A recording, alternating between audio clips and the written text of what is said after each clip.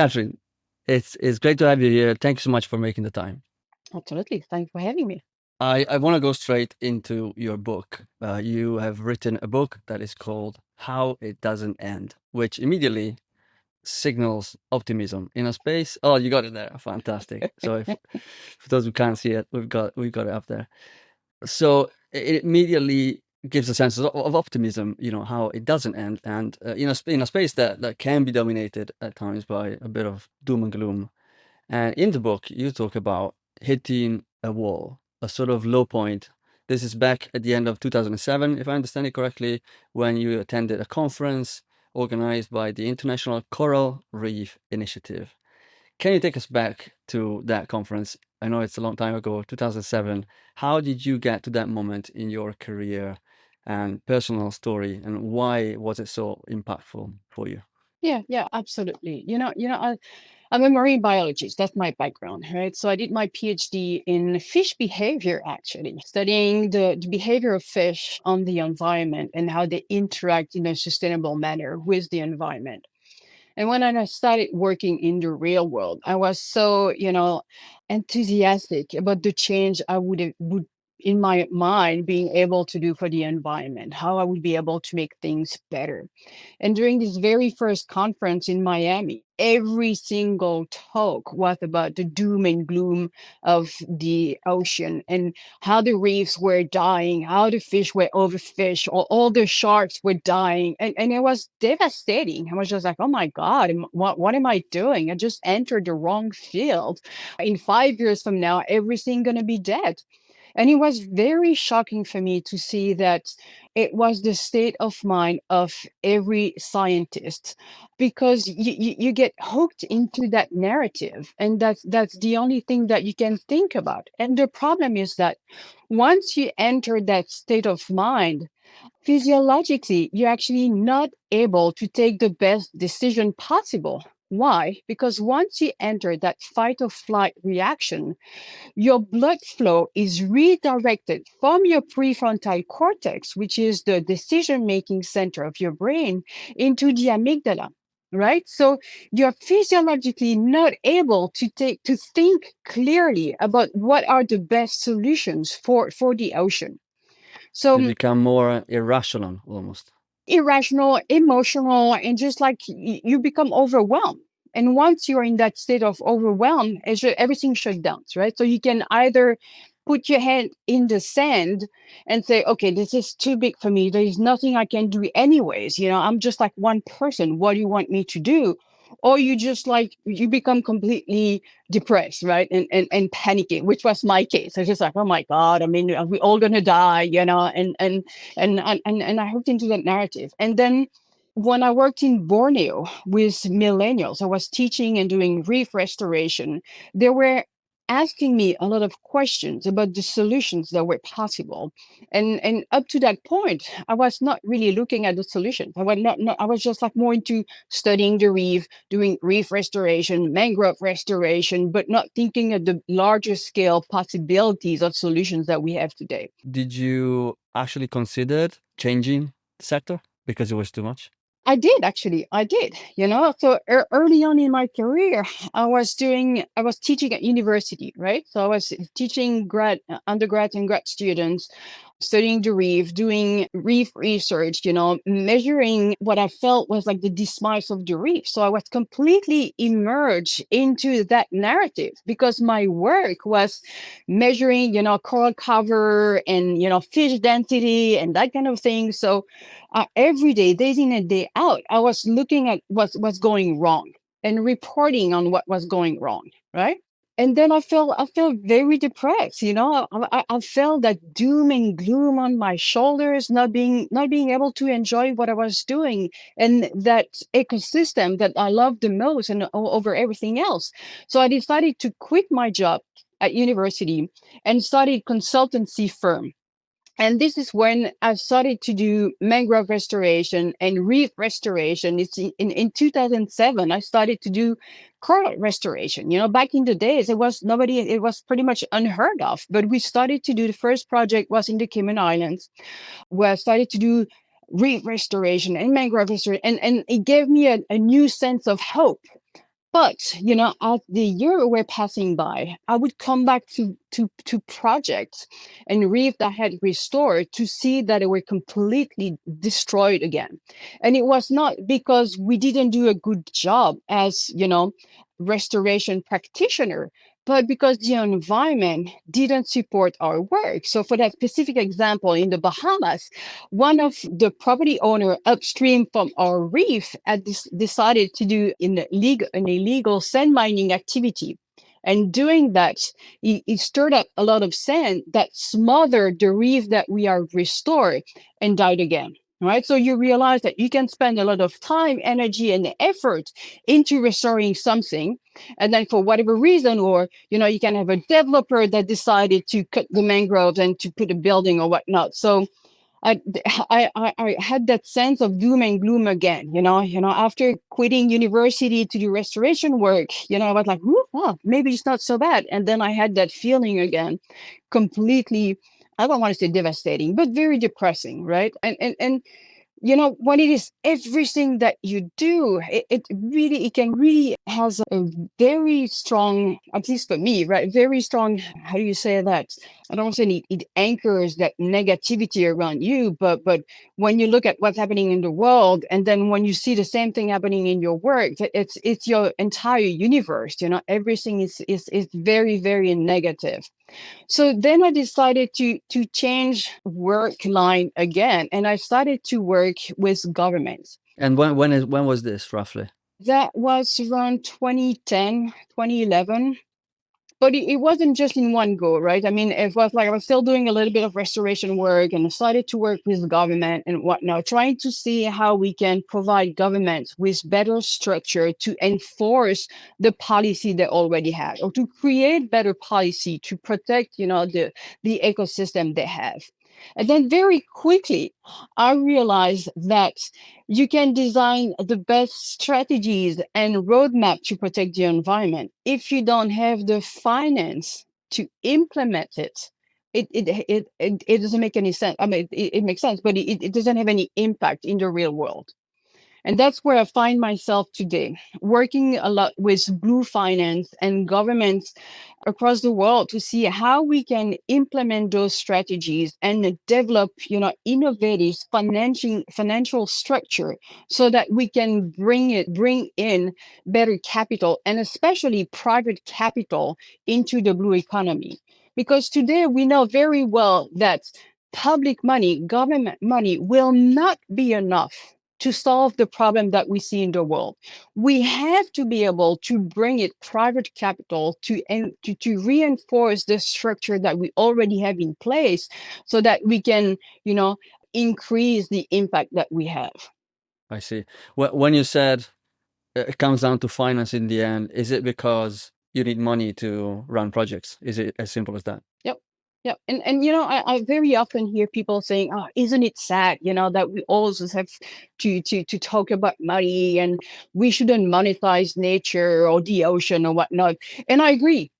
100%, and I would love to be in a world where it is the case that people protect the environment for the sake of it. And some people do, absolutely.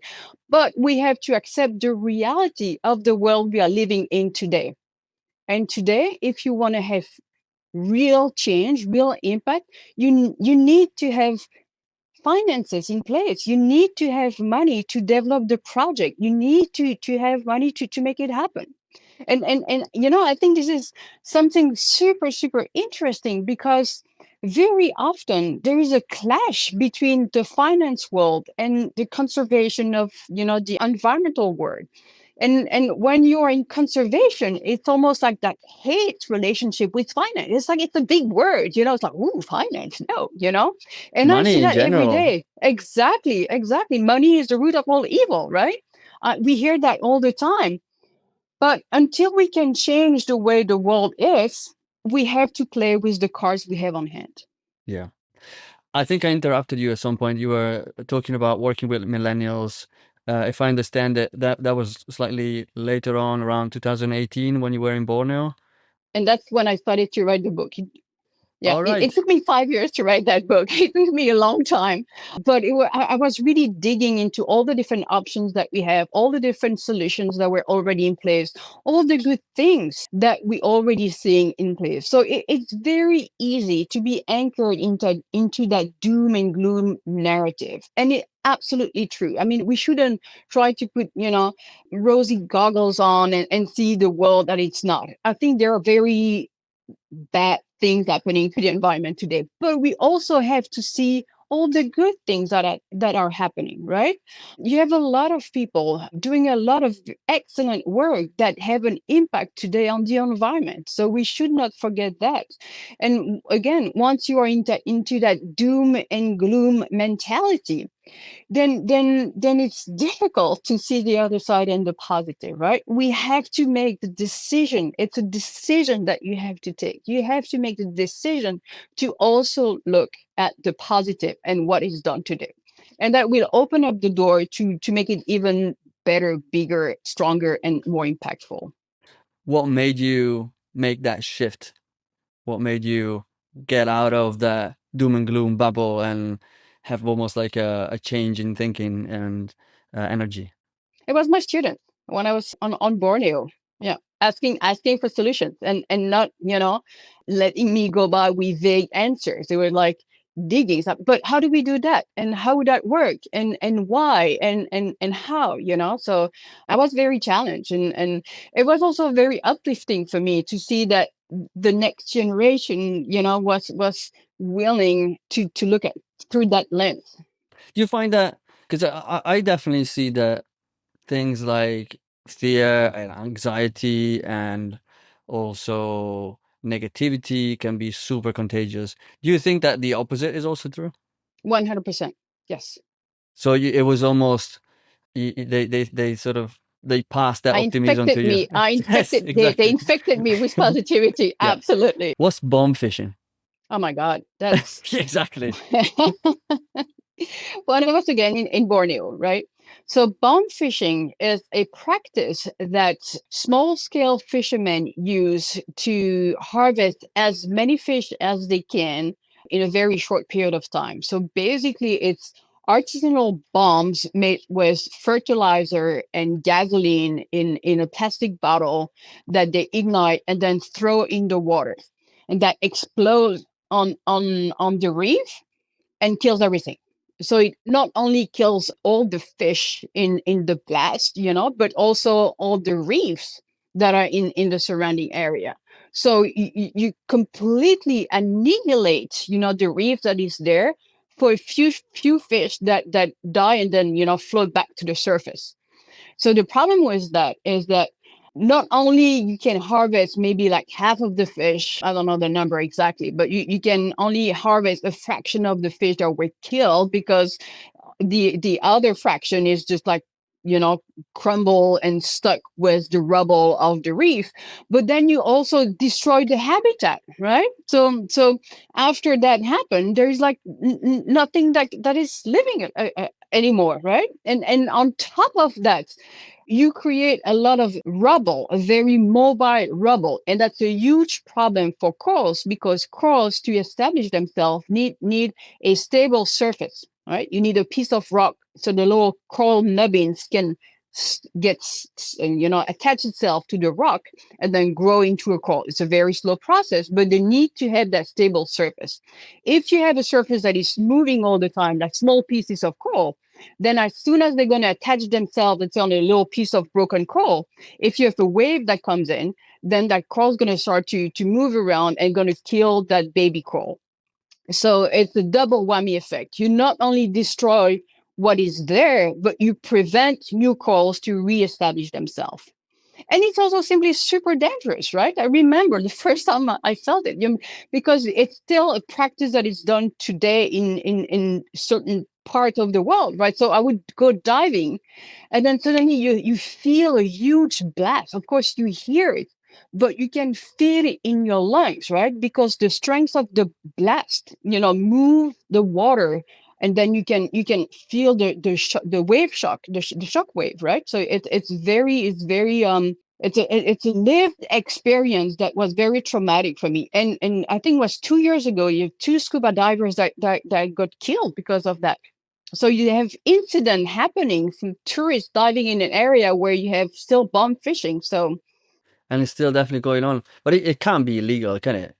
no, it's 100% illegal. Absolutely, yes. But the governments don't have a way to enforce it, especially, when you think about Indonesia, Malaysia, all those countries where you have a gazillion million islands that are like super hard to patrol, right? So it's very difficult. So maybe nowadays, with AI and drones and whatnot, we might get better, but that costs money. Right? If you want to have a proper enforcement force and fleet, you need to have enough capital to make it happen, to have an impact. Right. Where do we go from bomb fishing? Something I wanted to talk to you about was the psychology and behavioral science element, because there is a whole chapter in your book that is dedicated to psychology and the neuroscience around climate change and other environmental threats.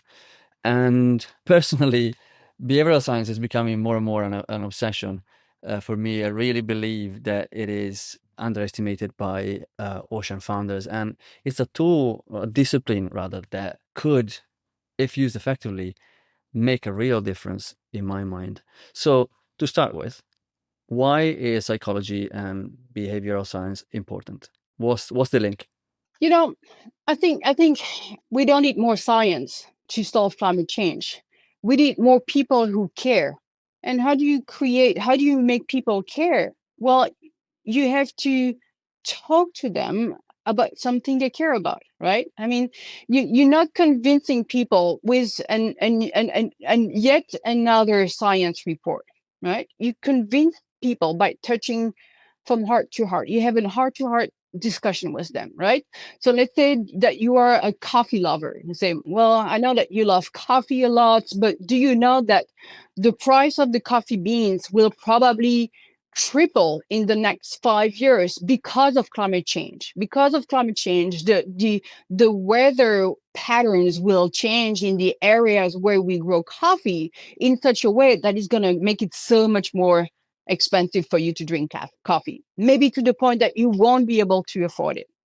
So that's the entry point, right? You should not try to say, "Oh, what do you mean you don't care about climate change?" I mean, this is not acceptable. You have to be, if you enter a discussion and you're very confrontational, you will not change someone's mind. So you first have to connect with that person, and say, maybe that person has children, well, can you imagine a world in 50 years from now where your kids will have to deal with floods every 2 months or hurricanes every 3 weeks or whatnot, right? So trying to see what that person care about, and then from there explain what the impact of climate change will have.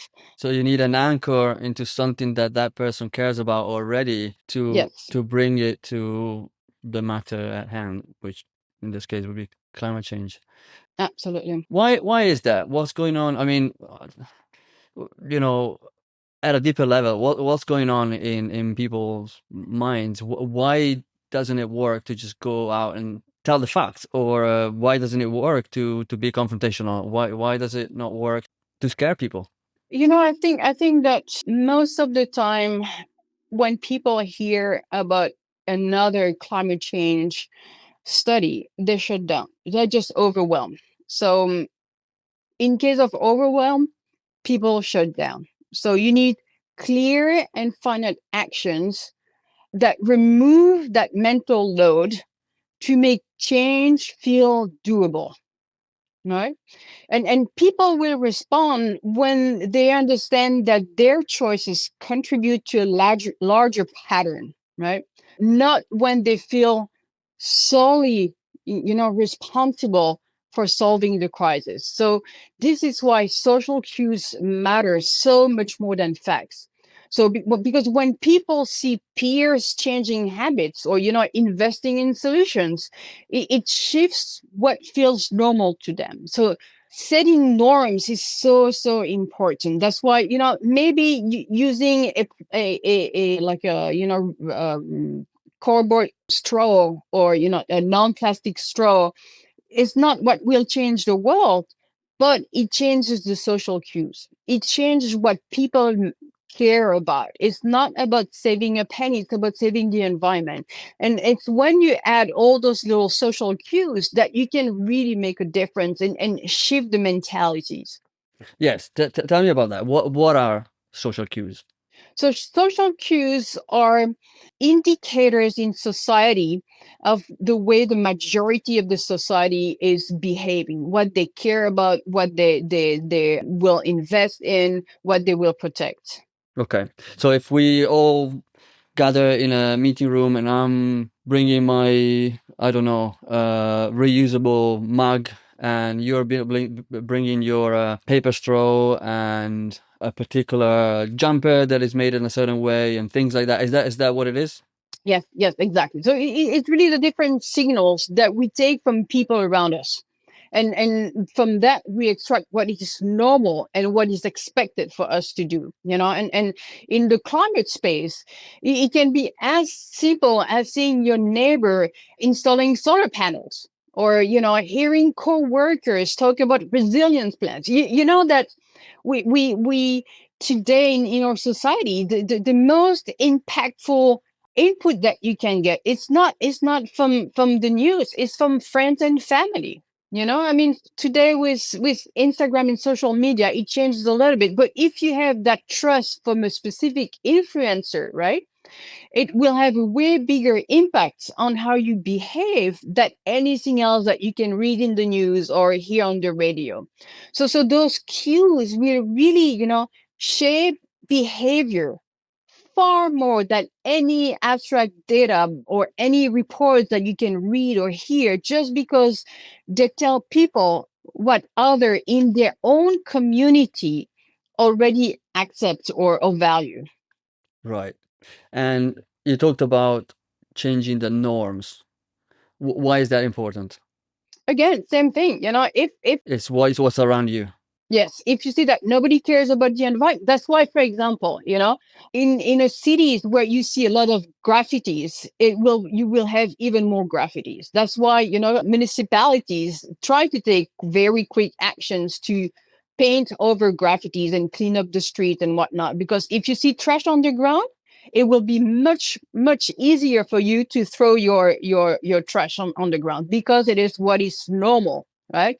And if you go to Japan, and the streets are absolutely pristine, the social norm there is that, we value cleanliness and everything is impeccable. You don't even have trash bins in the street, right? Because you just keep your trash until you get home, or you find a place to put your trash in.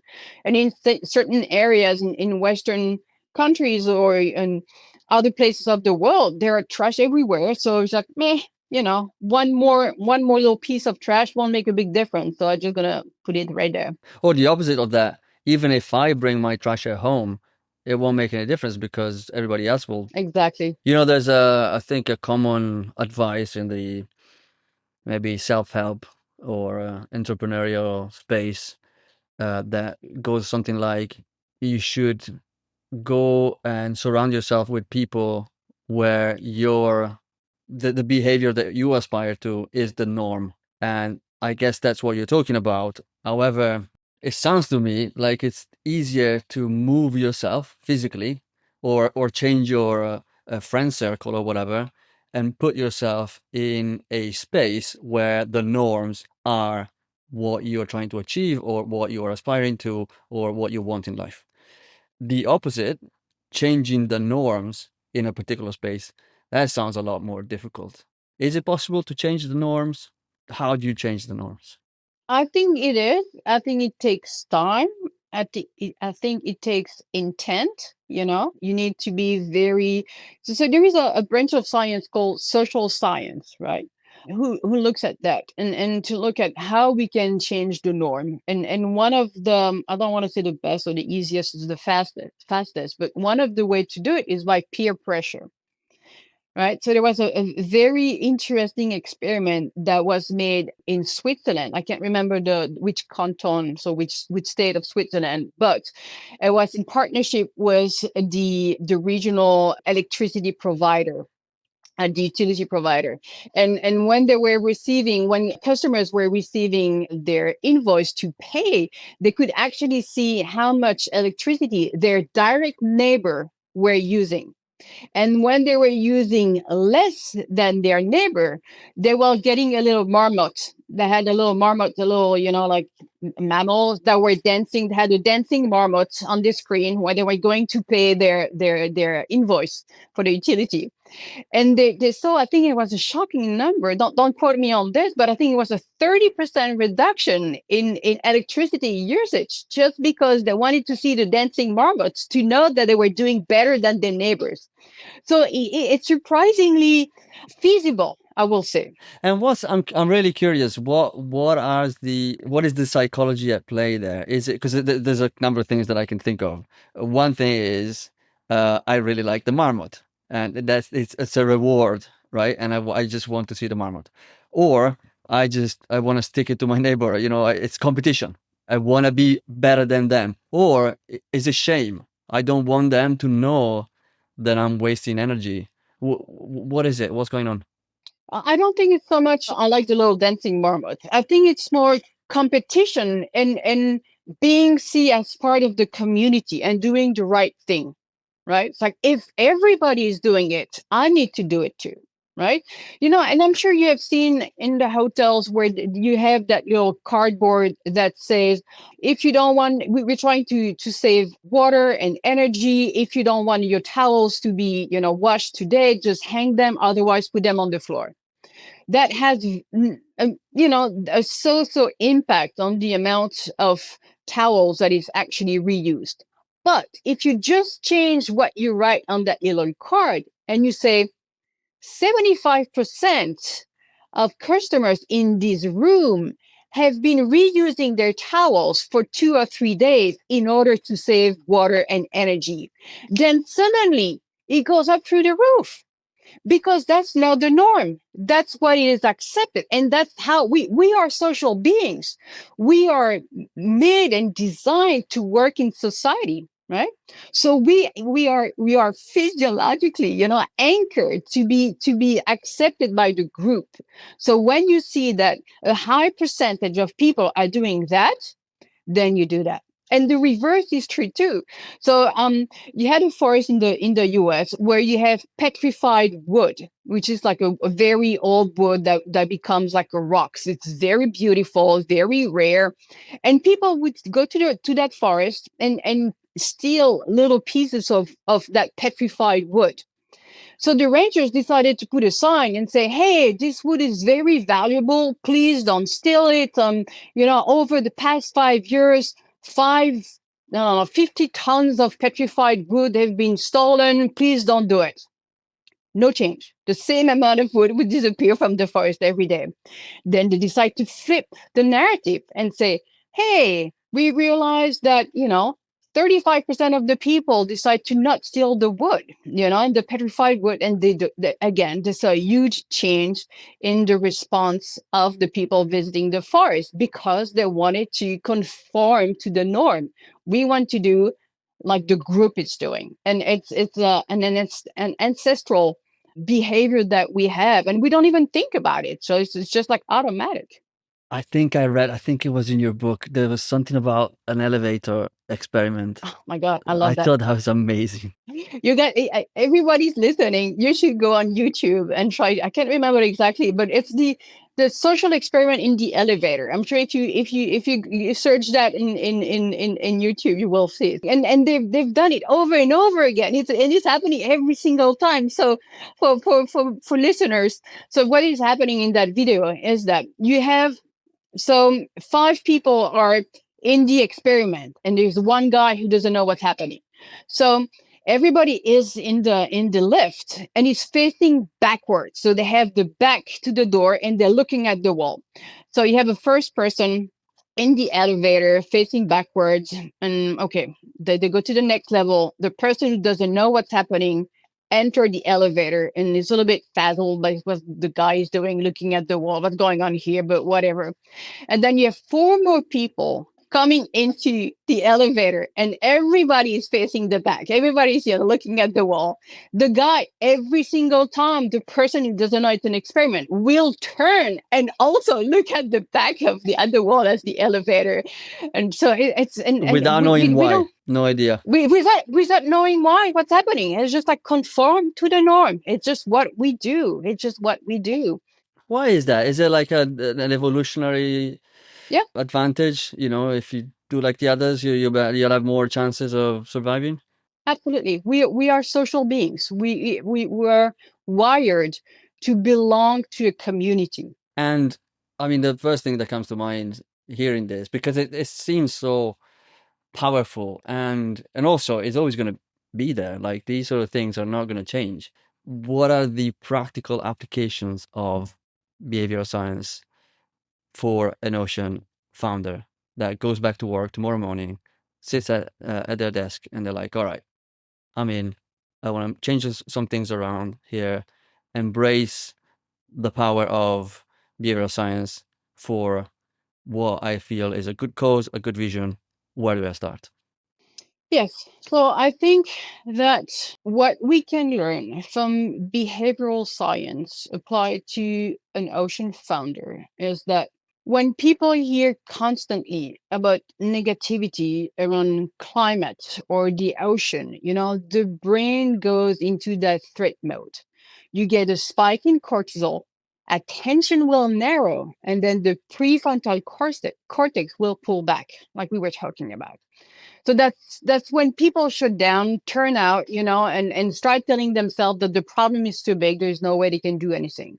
So it's really a protective response. It's not a lack of caring, right?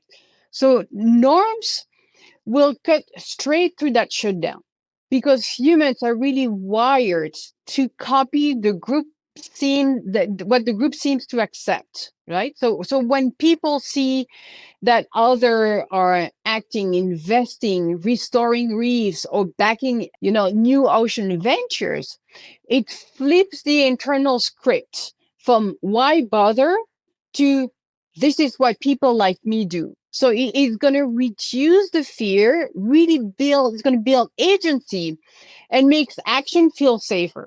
So for funders, it means two things.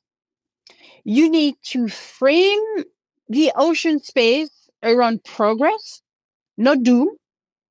So the brain stays open and curious rather than defensive. Instead of saying the ocean is dying, we need to do something, we say, hey, we restore 30% of that seagrass patch that we had. So frame everything that you say about progress, not doom. Then you need to show that there is already forward motion and it's already happening, right? Think about social norm. You have to tell the story so that they understand that the social norm now is to invest into the ocean, right? Norms will shift faster when funders see like a cluster of peers moving in the same direction, even if the cluster is small, right? But if you can tell the story that, hey, look at the numbers, if you look at the blue economy and blue venture, it has exploded over the past 3 years. So go look at those numbers and say, hey, over the past year, 3 years or 5 years, investment in the ocean world in my specific niche has increased by that many percent. If you do reef restoration, seagrass restoration, you helping aquaculture or fisheries or whatnot, find those specific numbers to your niche to show that investors that this is the norm. The norm now is to invest in this type of venture. When you're a startup, it's, for example, always more difficult to have your first investor because as soon as you have your first investor, you can say, hey, I already have that person who invested in me. So it gives you social proof. So if you're trying to raise money, it's always super helpful to have social proof of your solution. Of course, you need customers and you need sales and whatnot. But before you get there, right, before you get to the point where you have your prototype working and you can actually make your first sale, you need to have social proof that your system is working. So with social media today, you can have like a huge following even before you start selling something, right? And that would be very powerful for an investor, showing that your solution has social proof. And then once you have that first investor, try to leverage that as much as possible. Instead of saying, I don't know, 70% of people are not using our solution, you can say, hey, 30% of people are using our solution. So it's not one tactic, but it's looking at all the different messages and communications and way you show up and looking at those with a behavioral lens, I guess. Yep. Yep. Yep. Yep. You quickly mentioned identity there, a personal identity, an investor's identity. What is that about? I feel that's important. Um, we are much more predisposed to do specific actions that will align with our identity. If I identify as someone who cares about the ocean, it will I will be forced. I don't want to say forced, but it will be easier for me to choose an action that is aligned with my personality. So again, it's trying to show investors. That people like them do this essentially. Exactly, exactly. Like impact. So you have that niche into the VC world, like venture capitalists. You have those impact investors. The impact investors usually accept a lower rate on return on their investments because they value social or environmental impact as the same as, let's say, not the same, but it enters in their equation for investing. So those type of investors, impact investor, will have a higher propension to invest in that type of venture because it is their personality. What we don't see yet enough of is those impact investors investing in the ocean economy. I'm sure you've seen those numbers floating around, but it's only 1% of climate finance going to the ocean. 1%. And those people are already investing in climate. It means that you don't have to convince them that that climate is happening or we need to protect the environment. And it would fit their identity as well. Exactly, exactly. So there is the challenge is perceived risk, right? Because they don't understand enough that new economy, that very niche sector. So they will only invest into what they know, and that's okay. I mean, we understand it's a lot of money very often, but there is that lack of awareness about the real potential of ventures into the ocean space.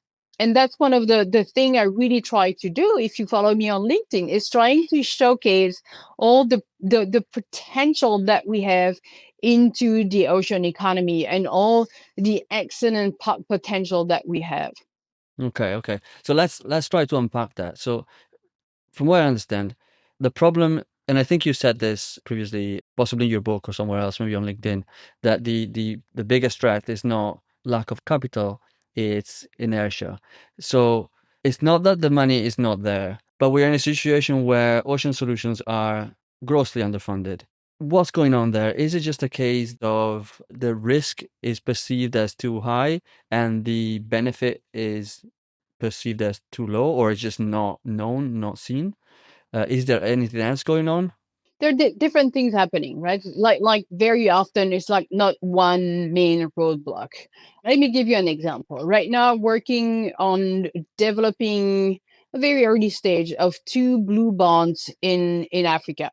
And the problems that we have there, it's not that the money is not there, is that we don't have projects that are bankable yet. So because entrepreneurs don't believe that there is money that will come, they don't start projects. And because there is no project, investors won't invest in the sector. So it's a little bit the chicken of the egg, right? Is that what bankable? How would you define bankable? Bankable is ready to be deployed, ready to be invested in. It doesn't have to be profitable. It's not the same thing. It means bankable. It means that you have all the pieces in place so that if a bank want to invest in it, they could do it. You have the team in place, you have the permit in place, you have, the procurement system in place, this kind of things. So it's a little bit of the chicken or the egg, right? You need to have proper projects in place so that investor can come in. But if the people who can start those projects don't believe that there are investors that will come in, then it won't happen, and then you don't have the capacity to make it happen. So it's a slow moving animal, right? Because there's so many moving pieces, but it's happening, it's changing, and it's doable, but it just takes time. In the book, you identify the pipeline problem, and you say that it's like having eager chefs but no ingredients. What does that mean? I guess I'm trying to unpack all the different barriers. This sounds like one of them. But the pipeline is exactly what we were talking, like for the development of Blue Bond. So the pipeline means having enough projects in the pipeline ready to go, being bankable, being able to be deployed now, so that investors can invest into those projects. So it is a lot of work, energy, and effort to create, let's say, a blue bond, right? So if you want, and what it takes is not only having investor willing to put money into that bond, because that is rarely the problem. It's not creating the framework so that we know what works and what doesn't work, what can be funded or not. That's also not what the problem is. The problem is that you need to have those projects that are bankable, ready to go, that are solid, even before you start to raise money, right? You need to know what project will be invested in. You need to have that pipeline, that group of projects that are ready to go, ready to be invested in, before you can call on to those investors, right? Because you cannot say, hey, yeah, we need money to do some blue projects. That will not fly with any type of investors. They need to know exactly what project will be invested in, how much it will cost, and what will be the return financially or on the environment. Does that make sense? It does. You've often talked about investment ready, being investment ready. Is bankable and investment ready the same thing? Almost, almost. Bankable means ready to be deployed. It means implementable. So you have everything lined up. You have all the people that you want to hire will be there, all the contractors will be there, everything is costed, you know exactly how much it will cost, how long it will take, what the permits are needed, the timeline, that kind of thing. That's being implementable, bankable, ready to go. And in investment ready means that you have one step further, and that you know what the return on your investment will be. So that's where you have the finance. For example, in mangrove project, it's, I don't want to say it's not investment rate. It's not that you cannot make a return on your investment when you want to do mangrove restoration, because you can, right? And there are like 5 different ways to finance that kind of project.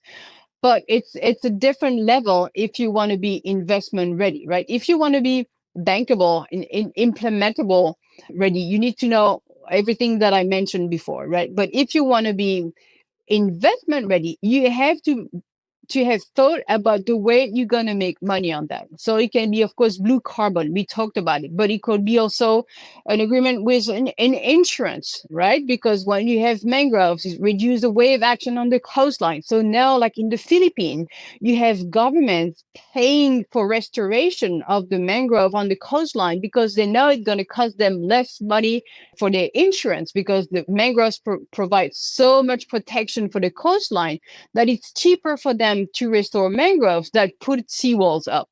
Right? So you see that. You can also have fisheries community investment in investing into that restoration project, because they know that mangroves have such a nursery. They create a nursery habitat for the fish, so the community will benefit from it. So you can have some money coming in from the fisheries. You can also have money coming from municipalities, because mangroves going to filter water. So this is something that a municipality won't have to invest in, right? You can also have ecotourism. because you know that once you have a healthy mangrove, you're going to be able to do ecotourism. So that just there, it's like 5 different ways that you can finance your mangrove restoration project. So you need to have thought about all those different, ways of financing your restoration project before going to the bank to get, because all this will take time, right? So it's not, but you still need to have that capital up front to make that restoration happen. So how are you going to get that money up front is when you have all those very detailed and very specific way that the person who will finance that will get their money back. Of course, you can get a grant, but, and it's a big but, this is too often something that we see in conservation projects. Very often we design those projects to only work as grant funded project. And this is something, I don't want to say it annoys me, but it's sad, right? Because very often we say, oh, well, this is not something that we can fund with an investor. We need to find a grant money to make it happen. But it's almost like a limiting belief. You're sort of preventing yourself from opening to all these other ways of funding your project. Absolutely, absolutely. And if you frame your project like that, then it's very difficult to change course.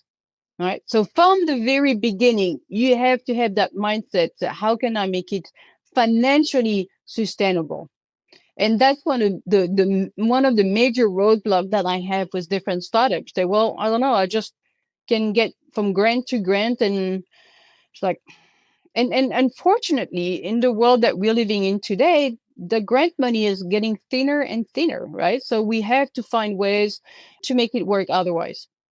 So the key would be to find people or entities that may benefit from your project, whatever your project might be, and then think of ways those entities will benefit and get their money back, essentially, or have some kind of economic advantage, I would imagine. And just to finish this off was, and you have to think of all of this at the very beginning when you are framing and getting the idea, the concept of your project.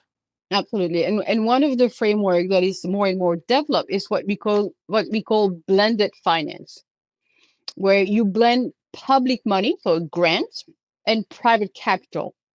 Right. So you start with a little bit of grant that you can leverage to attract more private capital. And that's something that is coming very, very common nowadays, to have that blended finance approach, or a PPP, private public partnership, when you work hand in hand with an entity like the government, a municipality, that can give you that first chunk of money to get started, and then you move into private capital. But it has to be structured like that from the very beginning. What are some of the other mistakes that you see ocean founders make when trying to become investment ready? Does anything else come to mind? Not having the right type of financial structure from the very beginning, and then it's very difficult to jump ship in the middle, and not thinking about the finance part.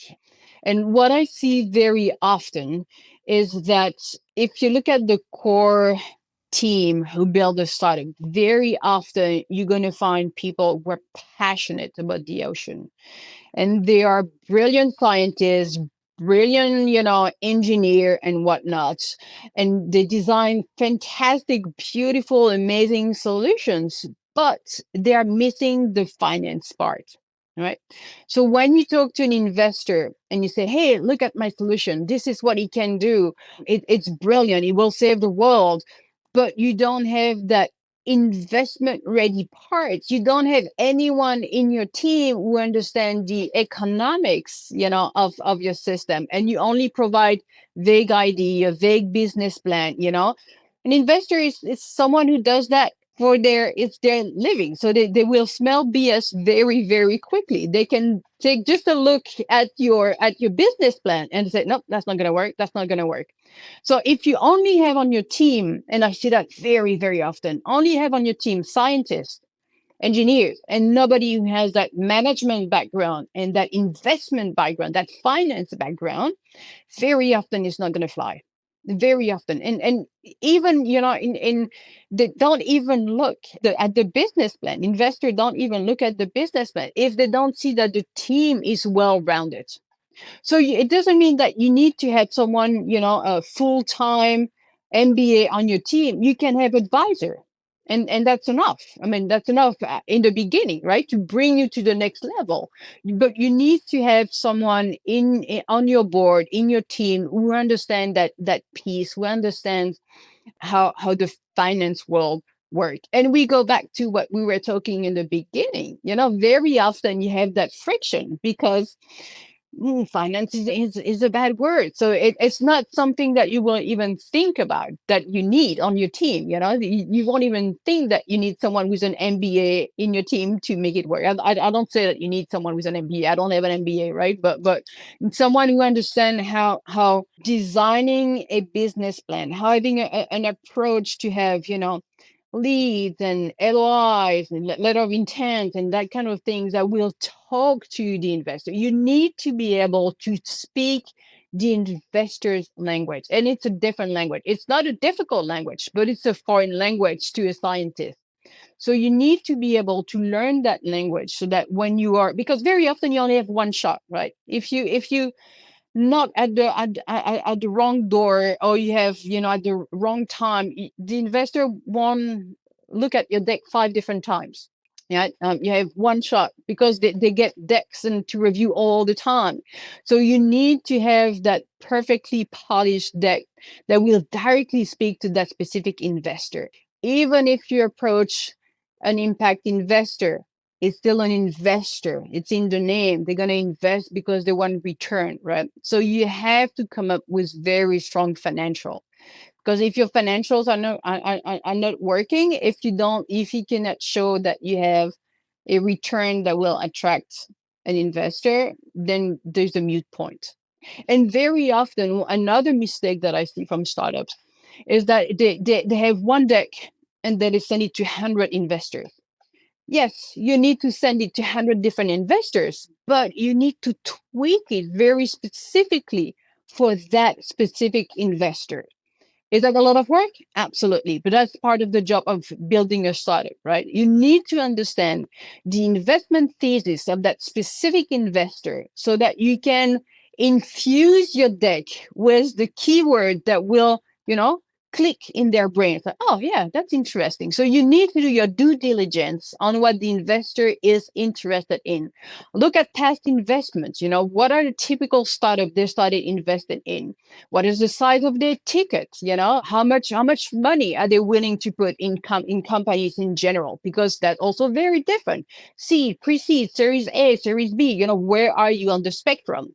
Look at the geography, right? Very often investors have a very specific geography. The investors in India won't invest like in the Pacific or in the Caribbean. So you also have to do your homework and see which one is the best fit for you.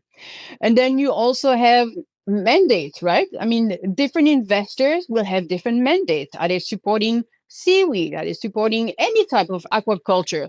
Are they investing in fishing or, technology or SaaS or whatnot, right? So you need to really understand what the investor is doing, what they like to invest in, what they're likely to invest in. Otherwise, you lose your time and you lose their time. So yes, you need to send your deck to 100 different investors because two will take an interview with you, but you need to cater every deck to the specific investor. That's really useful. Would it be fair to say that one has to be a bit creative about what investor means? Because a lot of the more traditional investors and maybe venture capital are a bit reluctant to go into the ocean space. Does one need to be a bit more creative around who is an investor and who might benefit from their project and become an investor just by the fact that they're putting some money on the project without necessarily being an investor? I mean, you mentioned insurance, you mentioned governments, you mentioned ecotourism. These are not investors in the strict sense, right? Absolutely. And another one that is growing more and more is crowdfunding. right? If you have a very strong social presence, you can ask your followers and whatnot to, start funding your project. And this is becoming very popular too, right? So those are tiny investors, but very often when you start a project, having 50K, $50,000, it's enough to get your projects starting. Get your project started and have that first hurdle without having through grants or proper investors. So yes, absolutely. There's so many different ways that we can raise money nowadays. Absolutely. Fantastic. Right. I know that you've been working on something called the Ocean Startup Blueprint to help entrepreneurs close those gaps in the finance world and overcome these barriers. I'm super curious about this project, and it sounds amazing. I wonder if you could maybe give us a bit of an overview what it is. And for me personally, I'm assuming that you would have had dozens of conversations in the preparation phase for this project with ocean startups, possibly around the world. So I'd be super keen to understand what are the patterns that you've noticed. Yeah, so it's still in development. Unfortunately, I don't have enough time to. I don't have enough time to dedicate to that project. But it came from the fact that so many startups reach out to me asking very specific questions that required a lot of time to be answered properly, right? Hey, this is what I'm doing. This is my problem. What can I do?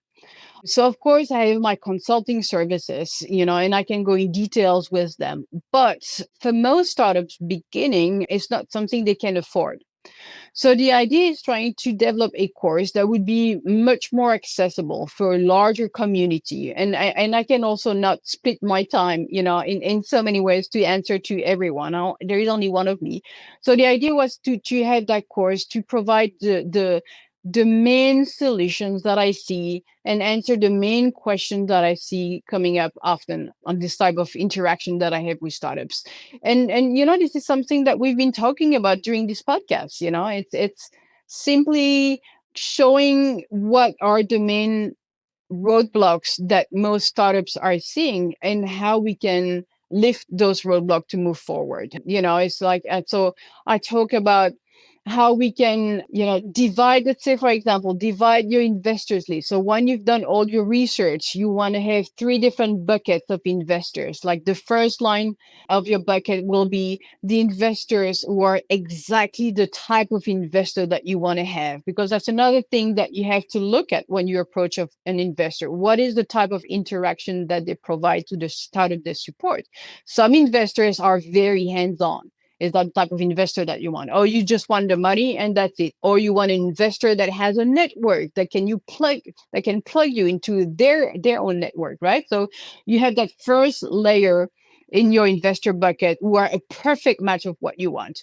And for those guys, you really want to do a lot of due diligence. You really want to have a deck that speaks specifically for them.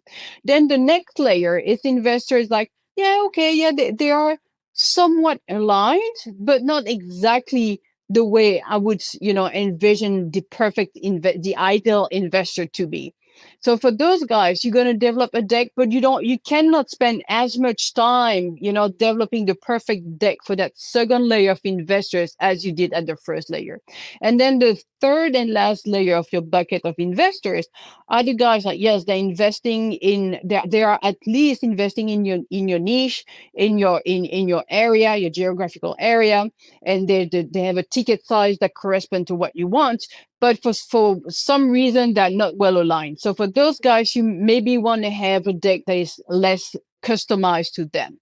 Why is that? Sorry, why is that? Just because you're not going to invest all that much time on Because that you third cannot bucket? exactly it's better for you to invest more time in that first layer, because there is a higher probability, that they will invest in you. So you again, it's like when you're a startup, you only have a finite amount of time and cash that you can dedicate to that. So you have to make sure that whatever you do has the most impact possible, because it's very easy to lose your time in designing the best business card possible, and doing a very fancy website, but you're not moving forward, right? So if you got, like, let's say, a 10,000 grand to make it happen, if you spend half of that budget and half of that time to develop, a fancy business card or reaching out to investors that don't align with you, then you're burning all that capital, and you're burning all that opportunity and that energy. Let's not forget that it's not easy, right? So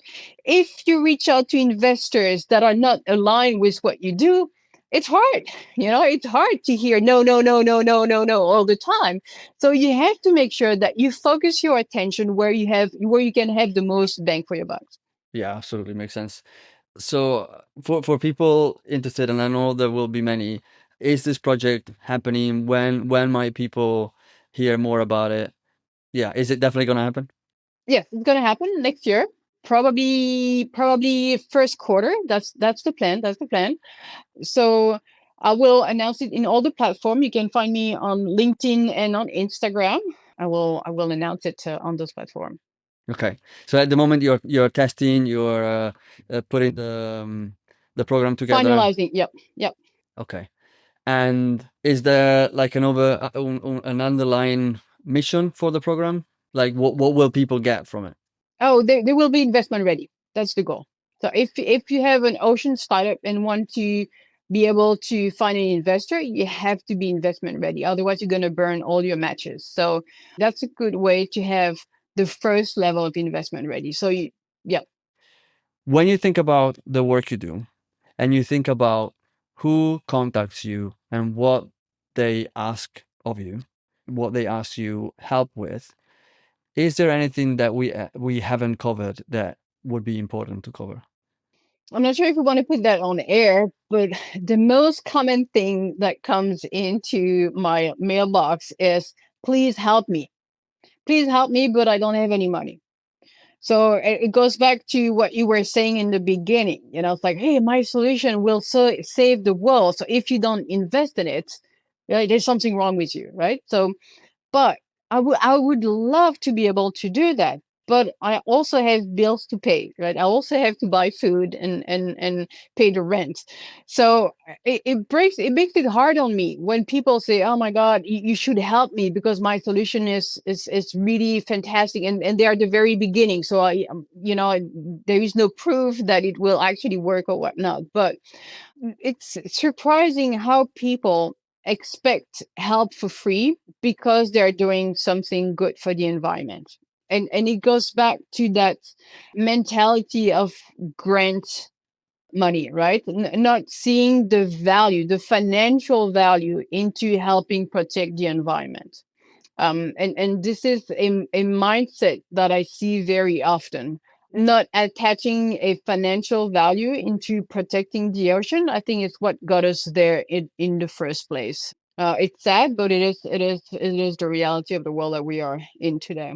What is the flip side of that? I mean, if I am an ocean investor at the beginning, I have this brilliant idea, I have no money, where would you start if you're in that position? Other than not emailing you and just asking for help randomly.